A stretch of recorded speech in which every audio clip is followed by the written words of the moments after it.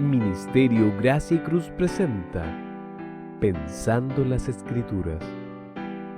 Comparte Víctor Bascuñán Carrasco, ministro del Evangelio. ¿Cómo quiere hacer Dios lo que Él quiere hacer? Hay dos preguntas que tenemos que hacernos permanentemente y dos preguntas que tenemos que respondernos nosotros que somos parte de la iglesia, de una iglesia local y que somos parte de la iglesia universal de Cristo. Nosotros que decimos ser cristianos, seguidores de Cristo. Nosotros no podemos omitir hablar de estas dos preguntas y no podemos ser cuidadosos en entender y comprender realmente estas dos preguntas, o la respuesta a estas dos preguntas. La primera pregunta es: ¿qué quiere Dios de mí? Y lo hemos dicho en otras ocasiones, Dios quiere formarnos a la imagen de Cristo. Eso es lo que la Biblia llama el propósito eterno de Dios, en Efesios 1:11, en Efesios 3:11, en Romanos 8, 28, 29, 30. La Biblia de manera clara nos dice que necesitamos todo renacido, todo redimido por Cristo en la cruz, fue llamado para ser formado a la imagen de Cristo. No hay una razón superior a esta. No hay nada que pueda estar por sobre esta idea máxima de Dios. Este es el propósito de Dios con todos los cristianos. Entonces, frente a la pregunta, ¿qué quiere Dios de mí? La respuesta es, bueno, Dios quiere que tú y yo seamos formados a la imagen de Cristo. Ese es el propósito eterno de Dios y esa es la razón por qué estamos caminando detrás de Cristo, oímos el Evangelio, somos enseñados en el Evangelio y por qué aprendemos de Cristo. Esa es la razón, ser formado a la imagen de Cristo. Pero surge otra pregunta, la otra pregunta es: ¿cómo quiere hacer Dios aquello? ¿Cómo Dios quiere formarme? ¿Cuál es el vehículo que Dios va a usar? ¿Cómo tiene Dios pensado formarme? Jesús, en sus últimos momentos de su ministerio terrenal, Él se encargó de comisionar a sus discípulos de manera clara y específica y les dio instrucciones de qué es lo que debían hacer para que el propósito eterno de Dios se pudiese cumplir en sus vidas. El propósito eterno de Dios es ser formado a la imagen de Cristo. Ahora, les digo yo que Él dio instrucciones de qué es lo que tenían que hacer para que el propósito eterno de Dios se concretara en la vida de ellos y de todos aquellos que iban a ser alcanzados por el Señor hasta el día de hoy. Mateo, capítulo 28, verso 19 y verso 20, dice: por tanto, id. Este es un imperativo, no es una posibilidad. No nos están preguntando si tenemos tiempo, si estamos de acuerdo, si nos agrada el planteamiento. No, de ninguna manera. Jesucristo es el Señor. Jesucristo es el Señor de nuestras vidas. Y la iglesia tiene que responder a este comisionamiento.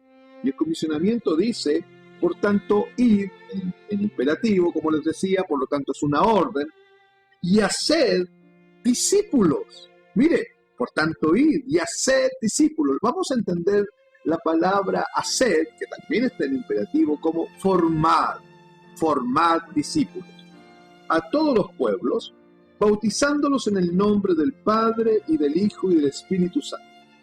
Por tanto, id y haced discípulos a todos los pueblos, bautizándoles en el nombre del Padre y del Hijo y del Espíritu Santo, enseñándoles, mire, escuche, enseñándoles que guarden todas las cosas que os he mandado, enseñándoles el Evangelio a todos aquellos que han sido alcanzados por Cristo. La orden es, primero, bautizarles, en términos bíblicos, a aquellos que han experimentado una verdadera regeneración. Luego de bautizarlos, enseñarles que todas las cosas que os he mandado. ¿Y dónde está comprendido eso? En el Evangelio. El Evangelio es las llaves de Dios para revelar todo aquello que está planteado por Cristo. Todo aquello que está planteado en la Escritura, todo aquello que tiene que ver con mandamientos directos al corazón del hombre, todo aquello que tiene que ver con diseño de Dios, con la norma establecida por Dios, todo aquello que es la voluntad de Dios para usted y para mí, tenemos que enseñarles a guardar. esta expresión aguardar tiene que ver con vivir aquellas cosas. Y vivir el Evangelio será imposible. Por eso es que Cristo en nosotros, que es la esperanza de gloria, Él va a vivir su vida dentro de nosotros. Ahora, querido hermano, ¿cómo entonces Dios va a cumplir el propósito eterno de Dios, que es ser formado a la imagen de Cristo en usted y en mí? ¿Cómo lo va a hacer?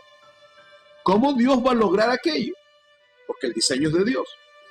La respuesta es por medio de la formación de discípulos. Ahora, ¿qué es un discípulo? ¿Qué es un discípulo? En griego la palabra discípulo se pronuncia matetes y se entiende que matetes es un seguidor y o un aprendiz. Por lo tanto, en el contexto bíblico, un discípulo de Cristo es un seguidor y o un aprendiz de Cristo, ¿ya? En términos de definición. Ahora, un discípulo es una persona que puede decir con toda convicción, primero, que ha muerto y ha resucitado con Jesús, que ha oído el Evangelio de la cruz del Calvario, y que Dios le ha provisionado de fe, y por medio de esa fe ha recibido convicción, y él por medio de esa convicción dice, yo he muerto y he resucitado con Cristo.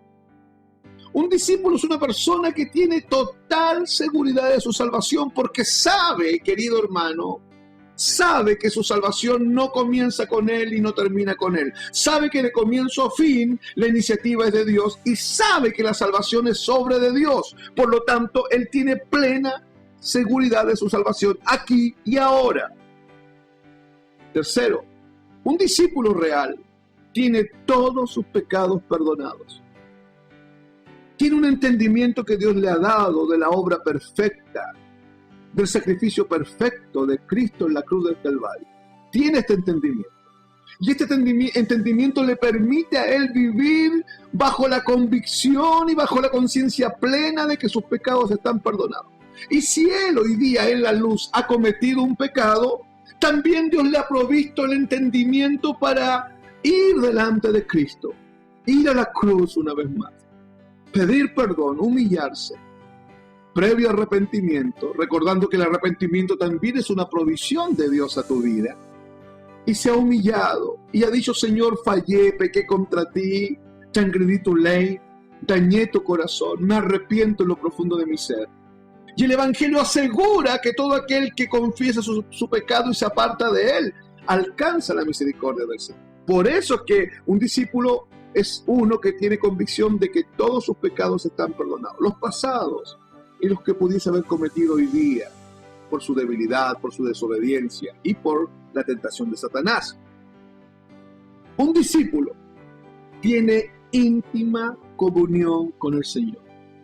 Un discípulo no es alguien que tiene conocimiento intelectual de Dios, no. Un discípulo no es un simpatizante, no es un amigo de la iglesia, no es alguien que simpatiza con el pastor, con el predicador de turno. No es alguien que le gusta la música del grupo al que asiste. No, un discípulo es alguien que tiene íntima comunión con el Señor y sabe además por revelación que su intimidad con el Señor está sustentada y basada en la obra de Cristo en la cruz del Calvario. Sabe porque el propio Espíritu de Dios se lo ha dicho. Sabe que Él es uno con Cristo y que Cristo es uno con Él. Sabe que Él está perfectamente amalgamado, fusionado en la persona de Cristo. Sabe que Él está escondido en la herida de Cristo. Sabe que Él pertenece a Cristo, que Él está en Cristo y que Cristo está en Él. Sabe que la comunión que Él tiene con Dios no pasa por las cosas que hace. Él tiene convicción, entendimiento y claridad que su comunión pasa por lo que Cristo hizo en la cruz. La pregunta no es ¿qué tengo que hacer? La pregunta es ¿qué fue lo que Cristo hizo en la cruz? Y el discípulo real lo sabe, lo conoce. Un discípulo es un cristiano real, verdadero. Un discípulo es un seguidor de Cristo, pero ha experimentado estas cosas. Las vuelvo a repetir. Ha muerto y ha resucitado con Cristo. Tiene plena seguridad de su salvación. Tiene todos sus pecados perdonados y tiene íntima comunión con el Señor. En el primer siglo de la de la iglesia, de la era cristiana, cuando la iglesia de Jesucristo recién estaba comenzando y el evangelio era proclamado por diversos lugares en la cercanía del Mediterráneo, muchos hombres, muchas mujeres se convirtieron al evangelio. Fueron llamados cristianos como una mofa, como una burla. Pero realmente esta gente era seguidora de Cristo. Y era gente que había experimentado el haber muerto con Cristo y el haber resucitado con Cristo. Se habían identificado con la muerte de Cristo por medio de la instrumentalidad de la fe. Se habían identificado con la resurrección de Cristo también. Habían nacido de nuevo. Tenían plena convicción de aquello. No dudaban al respecto. Segundo, todos, absolutamente todos sus pecados estaban perdonados. Todos. Tenían una completa seguridad de la salvación porque saben y entienden por revelación, por convicción, de que la obra salvífica de comienzo a fin es obra de Dios, es obra de Cristo en la cruz. Es Dios el que provee el cordero, es Dios el que provee la fe, es Dios el que provee el arrepentimiento. El verdadero discípulo sabe que él no puede aportar nada y él no tiene cómo mejorar la obra perfecta de Cristo en la cruz. Y el verdadero discípulo tiene íntima comunión con Dios. Y para él no hay nada más importante que su relación con el Señor. También él entiende que todas sus relaciones transversales, todas sus relaciones horizontales, esposa, hijo, amigo, hermanos, todos, padre, madre, tío, familia, todas sus relaciones horizontales están en función de su relación con Cristo, porque es su relación con Cristo la que determina todo lo demás. Eso es un discípulo. Y fuimos llamados a formar discípulos y a ser discipulados. Nosotros no tenemos discípulos nuestros. Nosotros formamos discípulos para Cristo Jesús. Los discípulos todos le pertenecen a Cristo Jesús. Son de Él. Y nosotros, los ministros, los que pastorean, los que dirigen iglesia, somos discípulos igual que ellos. Y estamos siendo formados a la imagen de Cristo igual que ellos. Porque el discipulado bíblico es el mecanismo que Dios estableció para que el propósito eterno de Dios se cumpla en nuestra vida. Entonces, las dos preguntas son: ¿qué quiere Dios de mí? Ahora que me sacó de tinieblas a luz, ¿qué quiere Dios de mí? Que seamos formados a la imagen de Cristo en todo nuestro caminar cristiano y que todo lo que hagamos nos aseguremos de que esté contribuyendo al propósito eterno de Dios en nuestra vida. ¿Y cómo Dios va a hacer aquello? ¿Cómo Dios nos va a formar a la imagen de su Hijo Cristo?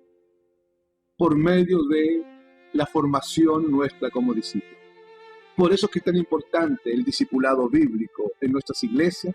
Por eso es que es tan importante que usted se discipule, que yo me discipule, pero en términos bíblicos, entendiendo bien que el discípulo es discípulo de Cristo. Y que nuestros hermanos accionan en nuestra vida, nos enseñan, nos guían, nos corrigen, nos amonestan, pero somos discípulos de Cristo siempre. El Señor bendiga sus vidas. Un abrazo y muchas bendiciones.